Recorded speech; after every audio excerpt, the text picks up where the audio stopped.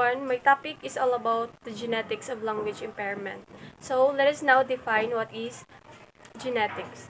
So genetics is the study of genes and heredity of how certain qualities or traits are passed from parents to offspring as a result of changes in DNA sequence.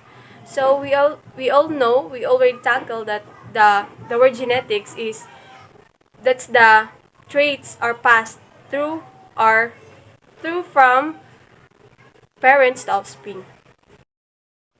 And next, we will define what is language impairment.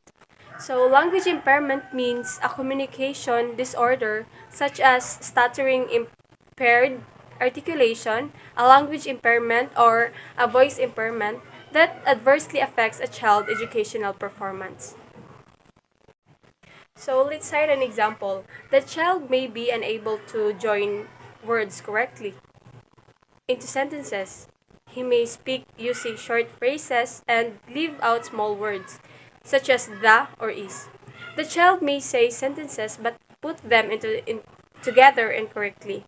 Um, there are example that the child is inability to express his or her ideas, inability to follow directions. So that's the example of language impairment. So if that's the case, am I consider myself as am I consider myself have a language impairment because sometimes I did not follow instructions or directions. Just sometimes. So, what is the genetics of language impairment? So, based on my understanding, if a certain family has a disorder which is aphasia or dyslexia, let's say an example, your mom have an aphasia. So, if aron dayan sa genes mayo, so kibali ikaw pwede ka matapnan because genes kibali sa heredity mayo aron dayan nasakit. So far, variants in 4 specific genes have been associated with spoken language disorders: forkhead box P2 or FOXP2, and contactin-associated protein like 2, CNP NAP2 on chromosome 7, and calcium-transporting ATPase 2C2, ATP2C2, and CMAF-inducing protein CMIP on chromosome 16. So if you are wondering what is FOXP2, forkhead box protein or P2 is a protein that in humans is encoded by the FOXP2 gene. FOXP2 is a member of the forkhead box family of transcription factors, proteins that regulate gene expression by binding to DNA. It is expressed in the brain, heart, lungs, and digestive system. So, ang forkhead box protein or P2 ay isang protina sa mga tao ay naka-encode ng FOXP2 gene daw. So, ang FOXP2 ay isang miyembro ng forkhead box na pamilya ng mga transcription factor, mga protina na kumokontrol sa expression ng gene sa pamamagitan ng pagbubuklod sa DNA. Ito ay pinahayag sa utak, puso, baga at sistema ng pagtunaw. So, I have here a question. What is FOXP2 gene and how does it relate to the evolution of language? FOXP2 is the first gene relevant to the human ability to develop language. A point mutation in a FOXP2 co-segregates with disorder in a family in which half of the member have severe articulation difficulties accompanied by linguistic and grammatical impairment.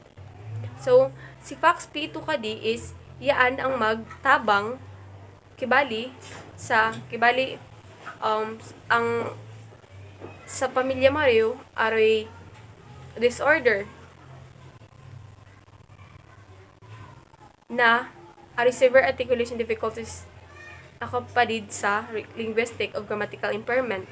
So, si FOXP2, yan ang mag-develop ng language.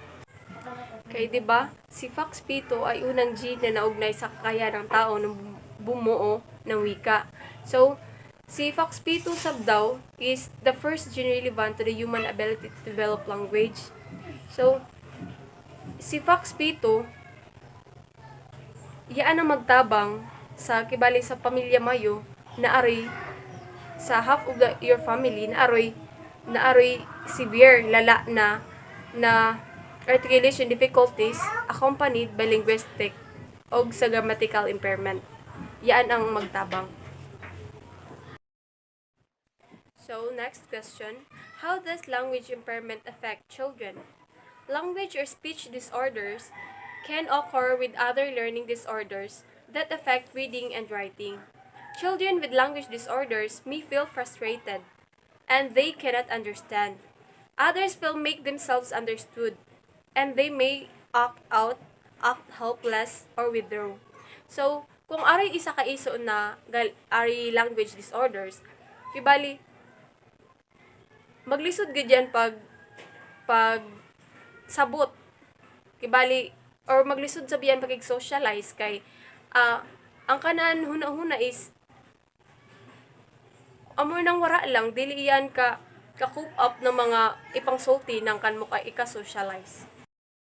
So let us now define what are the types of language impairment. The first one is stuttering. So stuttering, if we translate it at Filipino language, ito ay nauutal, parang nauutal. This condition might indicate developmental delay. An inherited condition or sign your child's brain isn't working, isn't coordinating the functions that drive speech. So, the second one is the articulation errors. This happens when children can't form speech sound because they have trouble placing their tongue in the right position. Lisping is an example of an articulation error. So, parang nautal, isa rin siya sa example ng articulation error. The third one is the tongue tie or ankylosing. This is a physical condition that makes it hard for children to move their tongues. Kibali, we encounter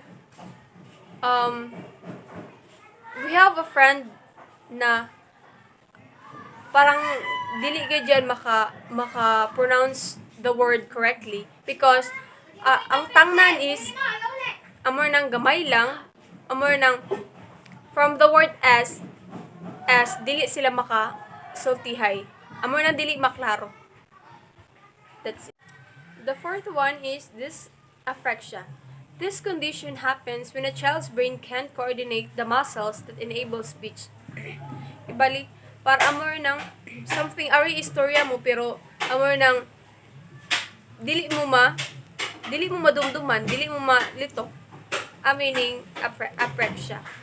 Something. The fifth one is dysarthria or dysarthria.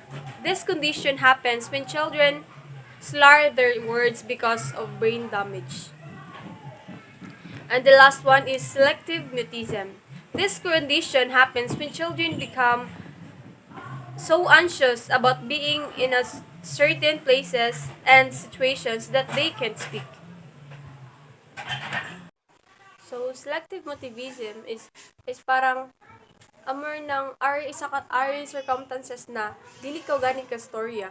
Amor nang yabali sa akaw kay amor nang ari gusto mo i-storya pero ari gusto mo dumduman pero dili mo ma-storya. Ang lang siyan. Or aron sa bilang siya na aron sa huna-huna mo pero dili mo ma-storya. Something lang siya. So now, let us find out what is the key points about language disorder in children. So I have said earlier that the children with language disorder have trouble understanding understanding language and communicating. So we have here the two kinds of language disorders. which is the receptive and expressive. Children often have both at the same time. So, let's now define what is receptive.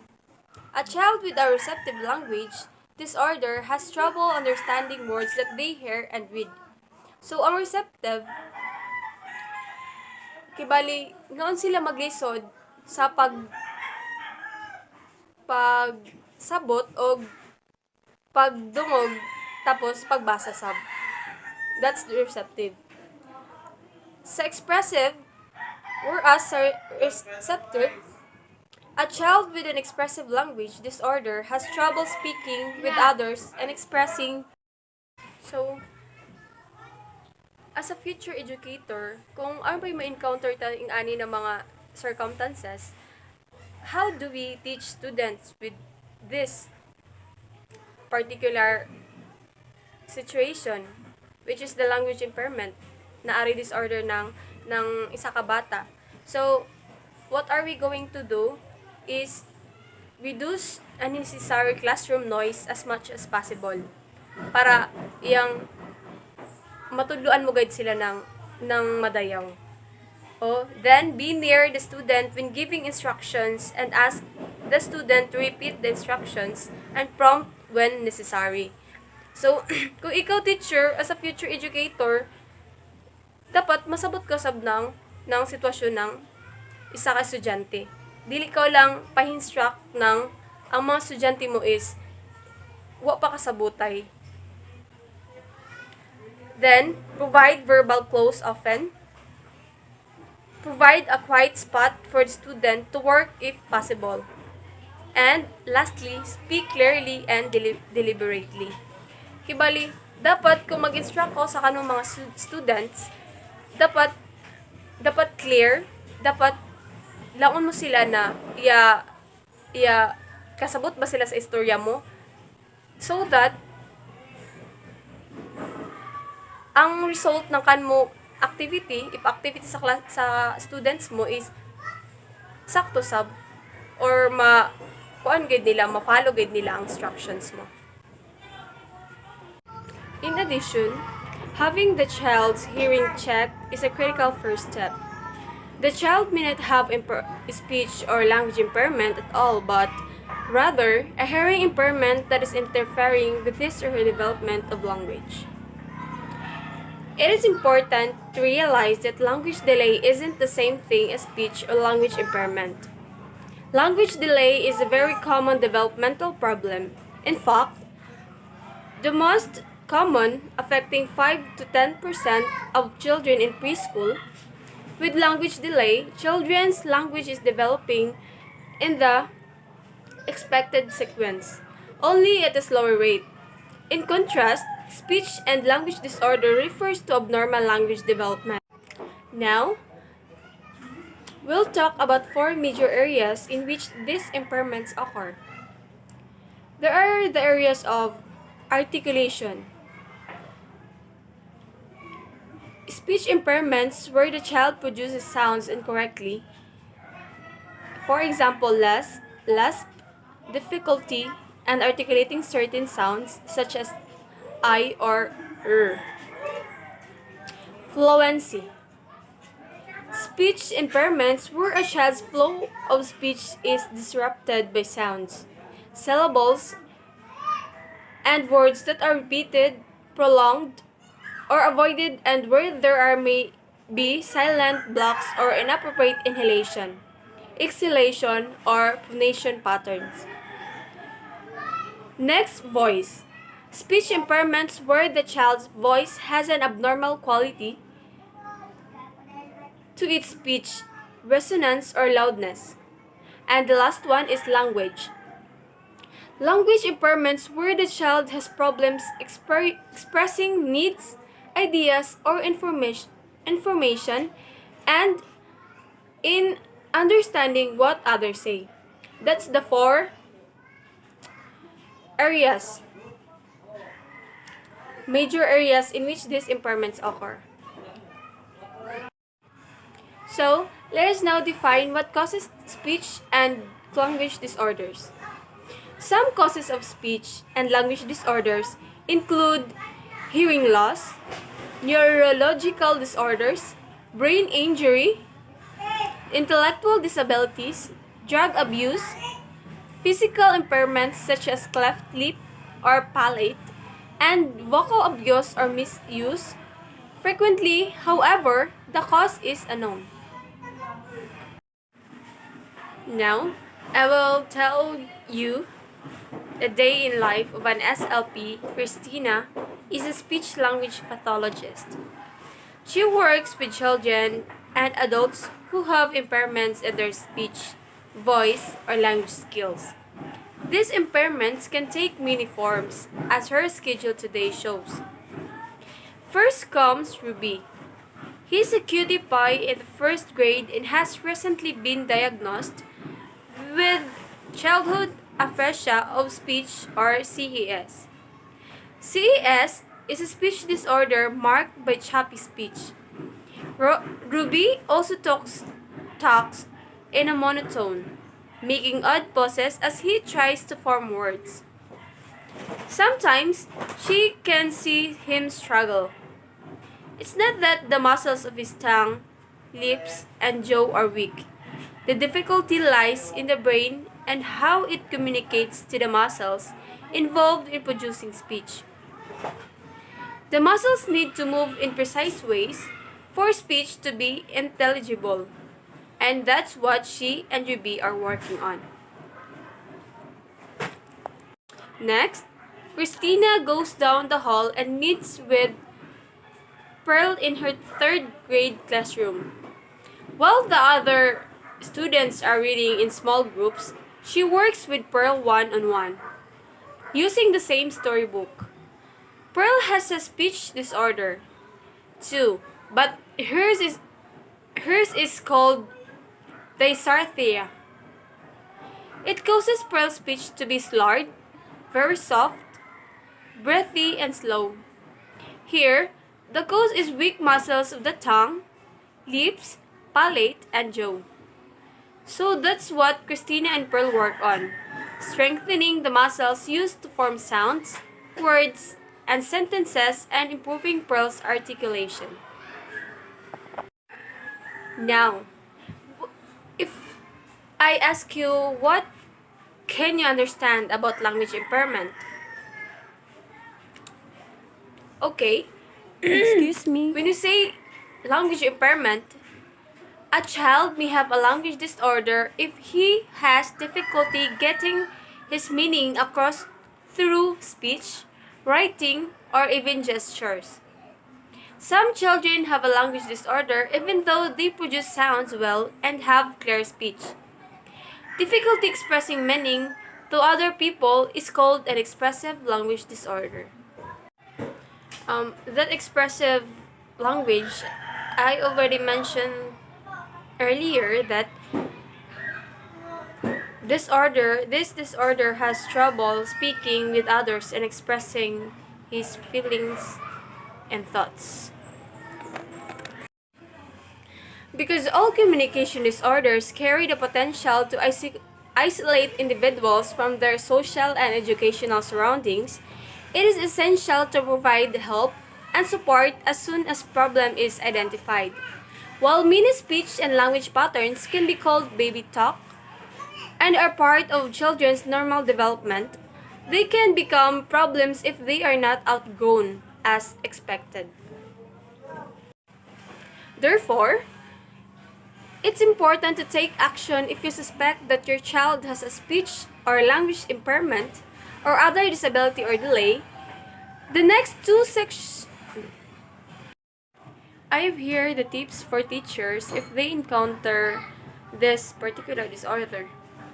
The first one is learn as much as you can about the student's specific disability.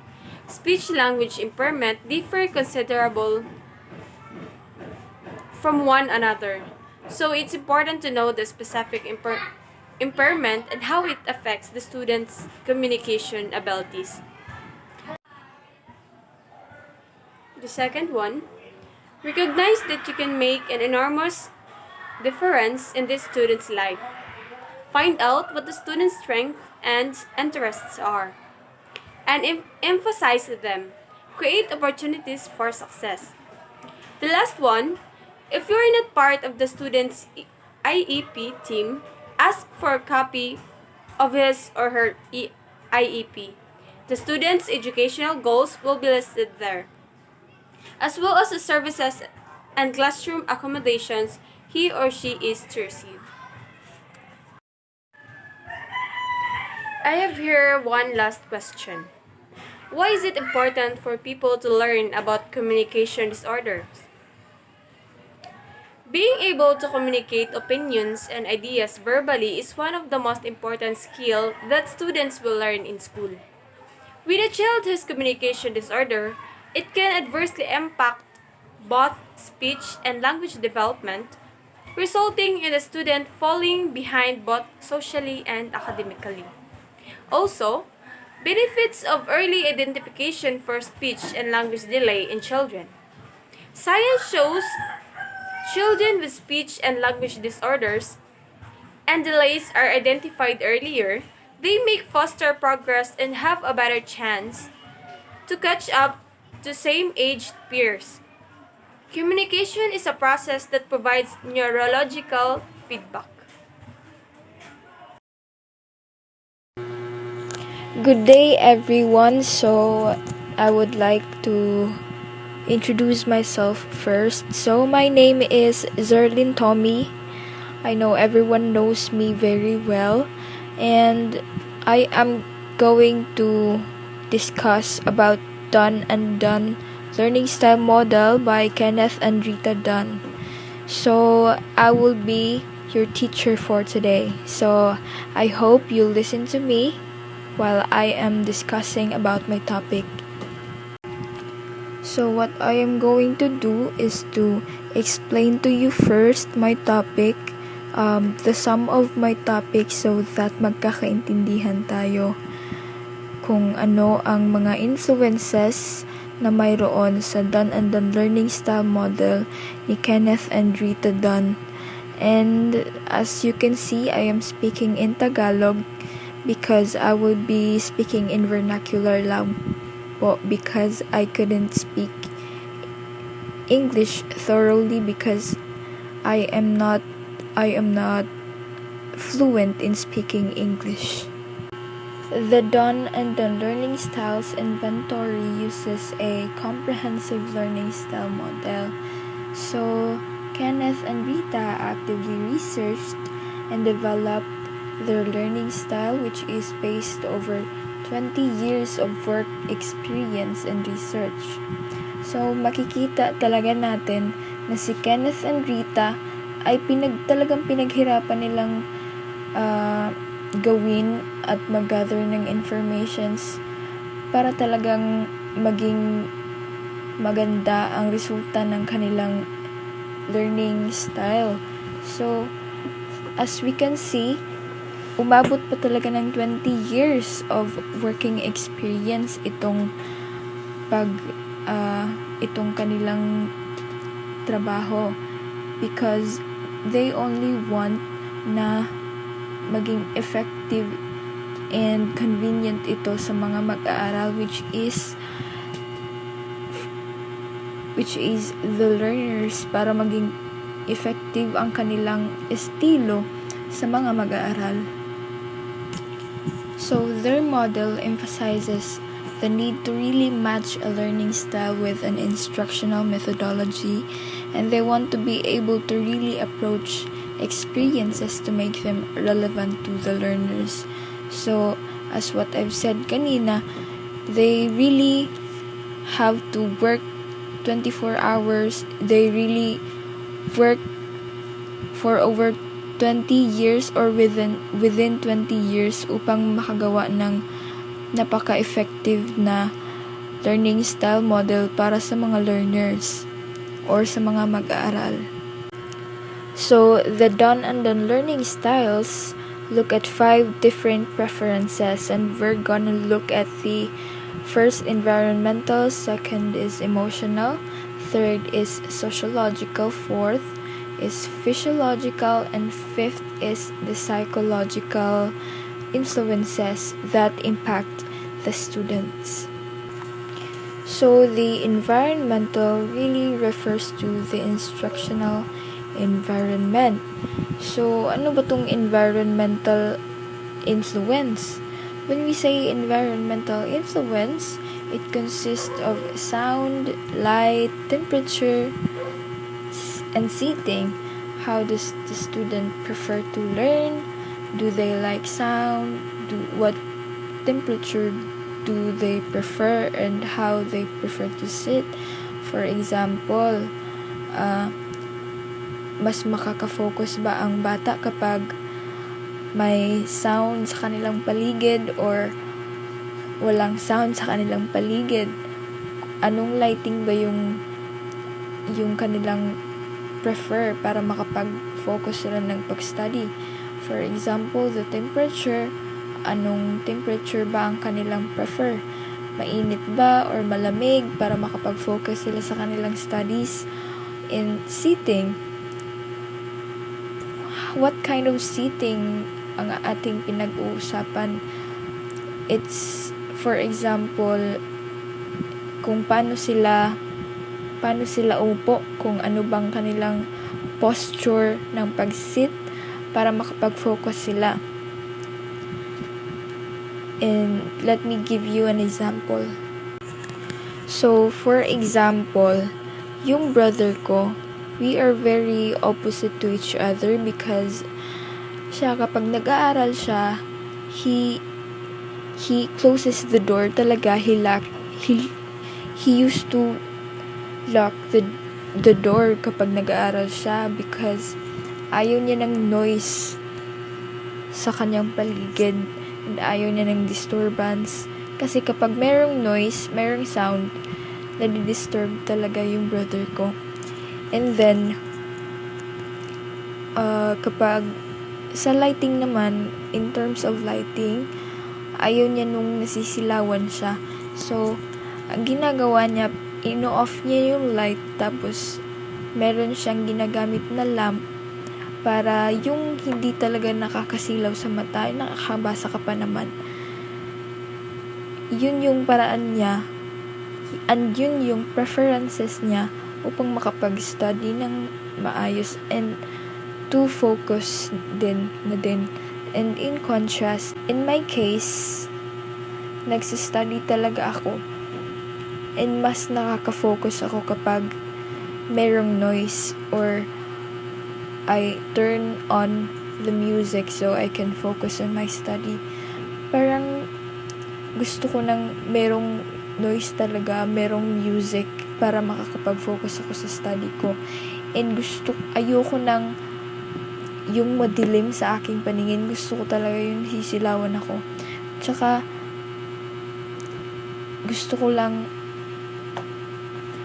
hindi naman sa to the point na gusto ko ng super na noise. Yung akin lang is yung light na lang na noise na hindi masakit sa tenga.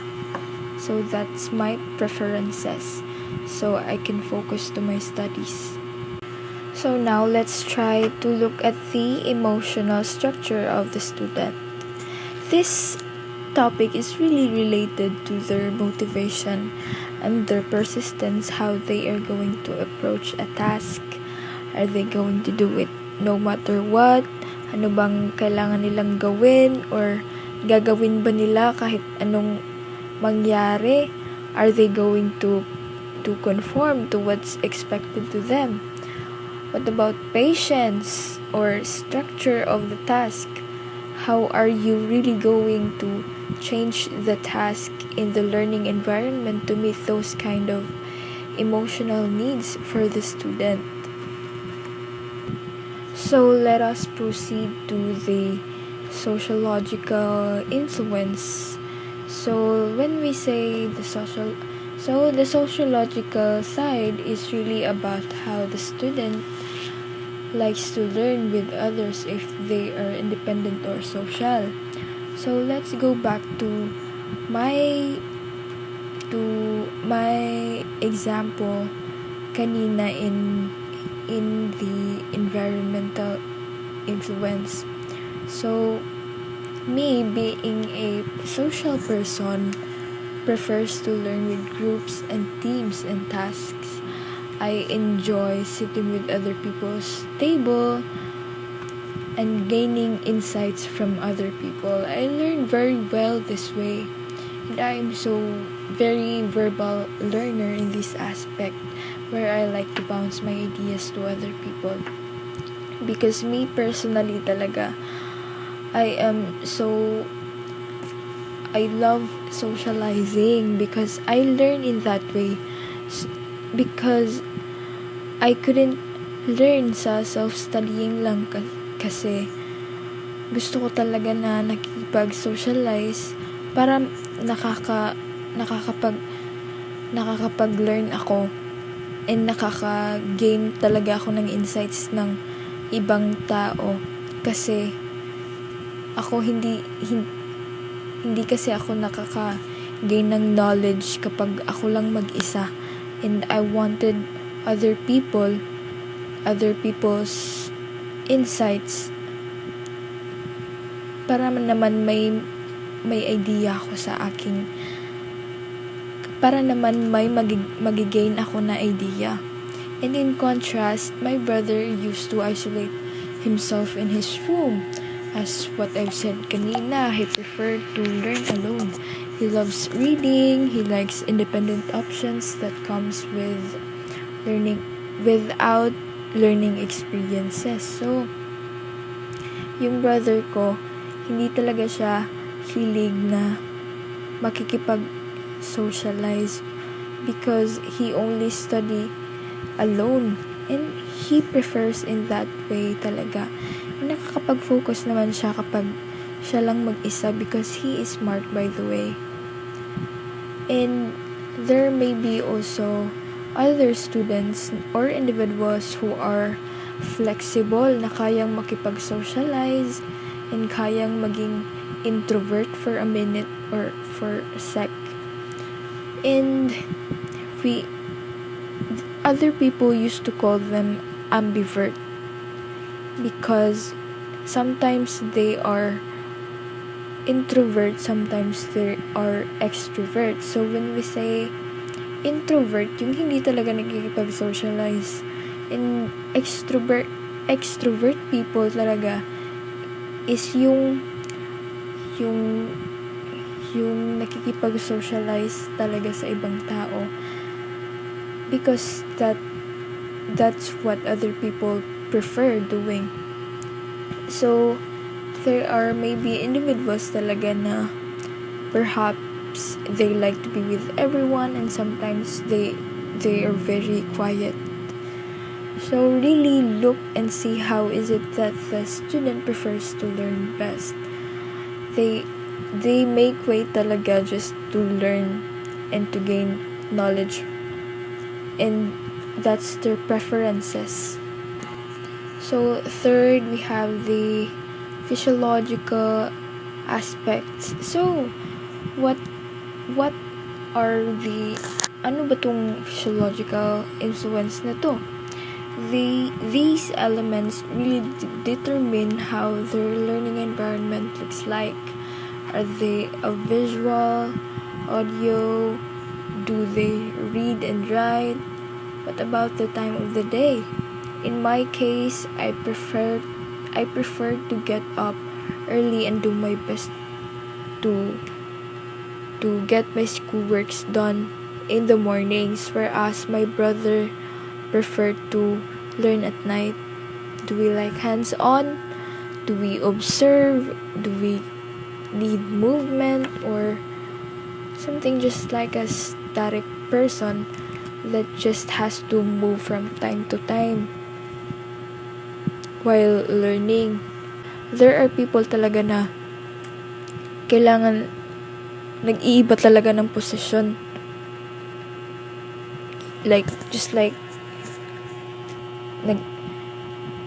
Sa example ko kanina sa environmental, yung example ko sa last part, na malilikot talaga, na hindi in Bisaya pa dili makapuyo kanang sigig lihok-lihok kay ana man ang ilahang preferences mag kuan sila mag-study, kay dili man tanan tao kanang dili gyud mag change og position while naglingkod ka. So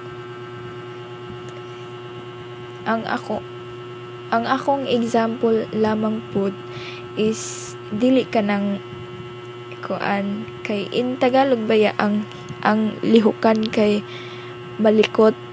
So malikot, hindi yung malikot ang kamay, because ang malikot ang kamay is thieves naman yun. Thief naman yun. Plural pala yung thieves. So, mga kawatan man yun. So, ang ibig sabihin ko ng malikot is that they really move from time to time while learning, because there are people talaga na ganyan because that's what their preferences. So lastly, we have the psychological psychological influence. So what are the psychological aspects? So we have this side really is not so much about how do people feel, excuse me, or about how you feel or how you respond to other people. Hindi yung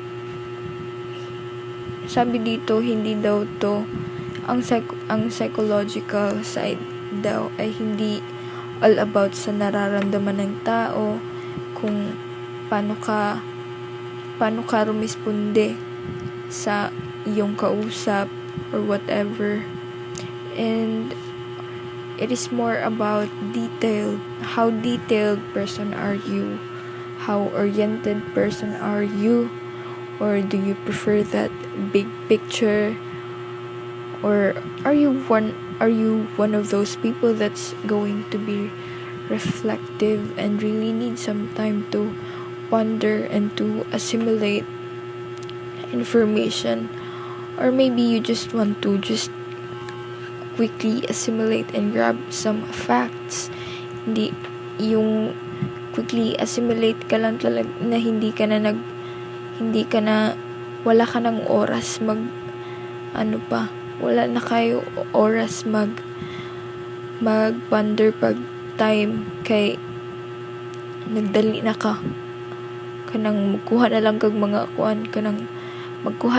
mga facts, kay wala na kay time para mag-ponder. So there are all kinds of aspects and things to take into mind when you're teaching somebody talaga. So be sure that you look at these five elements provided by done and done learning styles. So far, those are the 5 learning preferences by done and done learning style model. So I hope nga nakasabot mo sa akong gidiscuss, because I already did my part, and that this is not the best, but I think it is na lang. So napilitan, char lang. So sa akong mga ginadiscuss, I shared to you already the knowledge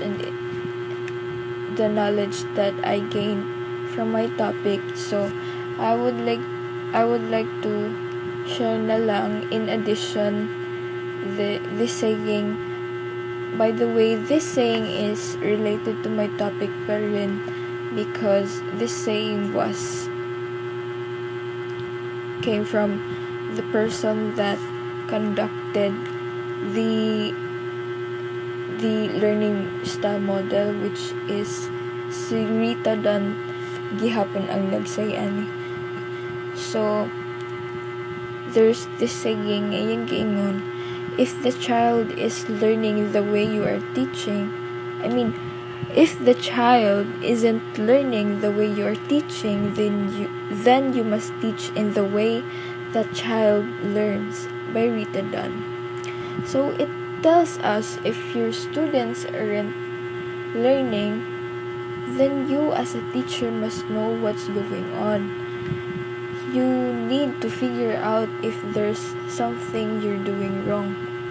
Kay if you're a teacher manggod, dapat you know kung unsa ang preferences sa imong students, kung unsaon nila asa sila mas maka-learn og maayo, what are their preferences upang maka-learn sila. So if you failed, if your students, in my opinion lang, if your students aren't learning, so you failed as a teacher, because dili ang mga estudyante dili man sila maka-uyon, dili tanan estudyante maka-uyon sa self-studying. So kinahanglan gyud nga tan-awon nimo imong trabaho kung nakauyon ba ang imong estudyante sa imong tinudloan. Kay kung wala, so wala sila mag-gain nga knowledge from you. So in my opinion lang, not all students have the same learning capacity man. So don't expect nga kung ang isa nakasabot na dayon ang tanan students. That's not, dili man na ingana. So ang others man good nga students, they need guidance pa rin and patience. Kung if you're a teacher, that's the first that's the first kana gyud ang first nga kinahanglan nga naa kay ingana nga character, the patience jud, because dili man tanan estudyante gud kay fast learner. Some of the students are late bloomers, as what they call it. So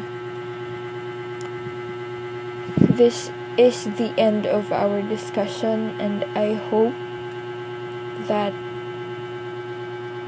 na ako'y nahatag nga knowledge sa inyo ha. Thank you for listening.